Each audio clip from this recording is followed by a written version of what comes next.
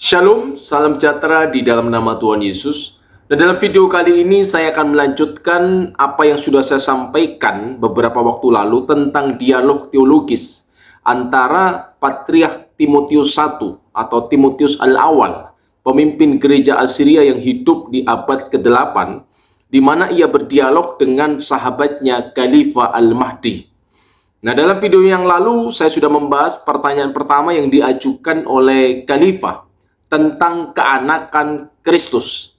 Ya, ini sebuah tuduhan klasik bahwa orang Kristen dianggap meyakini bahwa Allah itu memiliki anak secara biologis. Nah, tentu ini keyakinan yang tidak pernah ada dalam kitab suci. Iman Kristen yang mewarisi ajaran perjanjian lama atau kitab Tanakh. Tanakh itu singkatan dari Torah, Nevi'im, Ketuvim, yang sama dengan kitab perjanjian lama yang ada di tangan orang Kristen. Nah, Anda harus tahu juga kerap kali para polemikus menuduh bahwa orang Kristen itu mencuri kitab sucinya orang Yahudi.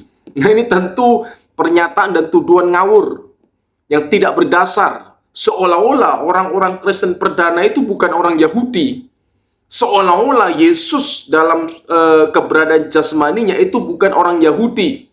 Seolah-olah 12 murid Yesus itu bukan orang Yahudi. Padahal faktanya mereka semua adalah orang Yahudi. Dibesarkan dalam tradisi keagamaan orang Yahudi. Dan mereka mengenal kitab Tanakh, Torah, Nevi'im, Ketuvim.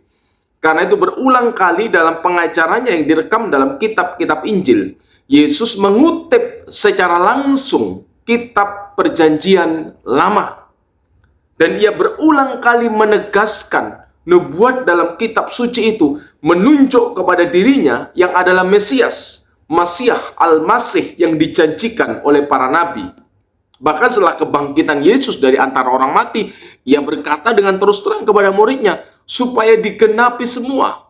Bukankah kamu tahu bahwa seluruh kitab nabi-nabi, kitab Musa, kitab nabi-nabi dan tulisan-tulisan yang merupakan bagian dari kitab suci perjanjian lama, yakni Mazmur, Amsal dan kitab lainnya, itu menubuatkan tentang aku. Dan murid Yesus yang lain adalah juga orang-orang Yahudi, dididik sejak kecil dalam lingkungan keagamaan orang Yahudi. Sehingga tuduhan ngawur kalau dikatakan orang Kristen kemudian mencuri, menafsirkan seenaknya kitabnya orang Yahudi. Nah, ini boleh dikatakan demikian kalau orang Kristen perdana itu mungkin dari bangsa yang lain, yang tidak hidup dalam tradisi keagamaan orang Yahudi. Nah, mereka orang Yahudi, sejak kecil dididik, dibesarkan. Paulus orang Yahudi.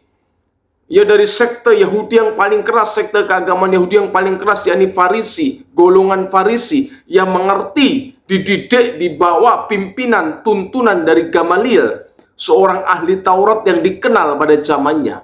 Jadi, tuduhan itu jelas tidak masuk akal. Nah, kembali lagi bahwa orang Kristen itu kerap kali dituduh meyakini Allah punya anak. Padahal kan tidak demikian. Itu keyakinan kafir, keyakinan primitif yang tidak pernah ada dalam kitab suci Kristen, baik perjanjian lama maupun perjanjian baru. Yang kedua, terlebih-lebih bahwa konteks pewartaan Yesus dan para rasul itu sangat jauh berbeda dengan konteks Arab abad ke-7 pada zaman Muhammad. Yang memang sebuah pola kehidupan keagamaan yang sangat kental nuansa politeismenya. Meyakini ada banyak ilah, ada banyak sembahan. Bahkan diyakini bahwa Allah, sembahan yang tertinggi itu, punya anak, Al-Latta, Al-Uzza, dan Manat. 3 anak-anak Allah ini. Lalu kemudian menurut profesor Islam sendiri, yakni Mahfud Ayub, seringkali orang Kristen terkena getahnya katanya. Artinya tuduhan ini seringkali salah alamat ditujukan kepada orang Kristen, termasuk Khalifah Al-Mahdi ketika ia menuduh dan berpikir bahwa sahabatnya itu meyakini Allah itu punya anak. Tidak mungkin orang yang terpelajar seperti kamu, masa meyakini Allah punya anak? Loh, tentu Patriark membantah, saya juga tidak meyakini itu. Tidak ada seorang pun yang meyakini Allah punya anak. Loh, terus Yesus anak Allah. Loh, itu adalah keanakan dalam makna rohani, kata Patriark, bukan keanakan biologis. Tidak ada keyakinan primitif semacam itu dalam iman Kristen. Kami tidak pernah meyakini Allah punya anak secara biologis. Nah, sekarang yang kedua, kita masuk dalam pertanyaan kedua yang diajukan oleh Khalifah ini tentang Kristus, ini tentang kristologi. Khalifah itu berkata, Khalifah itu berkata, alastum tas'umuna annahu wulida min Maryam. Bukankah engkau mengklaim, menyatakan bahwa ia dilahirkan dari Maria?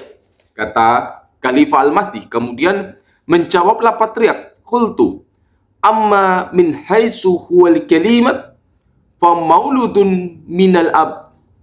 Dalam keberadaannya sebagai sang firman, ia dilahirkan, mauludun minal abi, dilahirkan dari sang bapa. Dikatakan miladan azalian bila waktin wala faslin. Tetapi kelahiran yang dimaksud itu bukan kelahiran secara biologis, tetapi kelahiran kekal yang terjadi di luar waktu dan tanpa pemisahan dari zat Allah.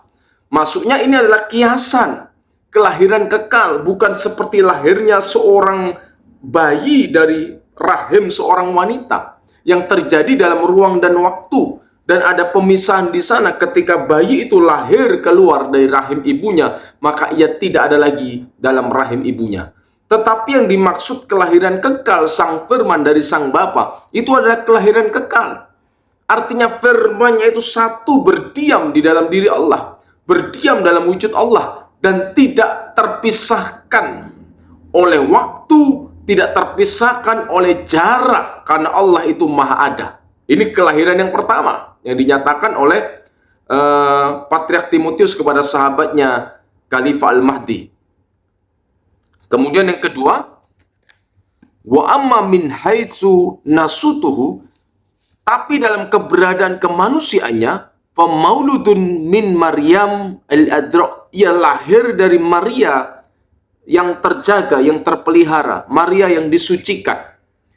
Fi zamanin mahdudin ma'rufin, kelahiran dalam ruang waktu, dalam zaman, ya kan? Jadi ini kelahiran kedua.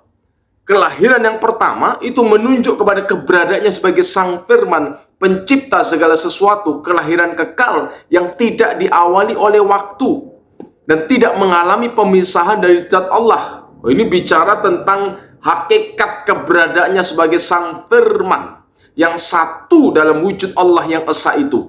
Karena itu firman adalah Allah, karena ia berdiam dan satu dalam zat Allah.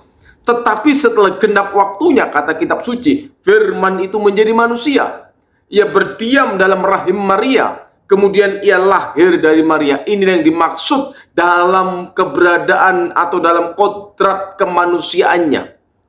Dalam ruang dan waktu, firman itu memang lahir dari Maria dalam kemanusiaannya. Nah, di sini yang dimaksud tentang dua kodrat Yesus Kristus.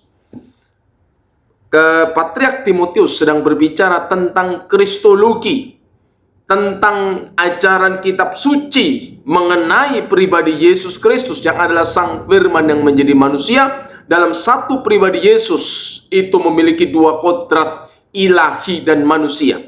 Kodrat ilahinya itu menunjuk keberadaannya sebagai sang firman, pencipta segala sesuatu.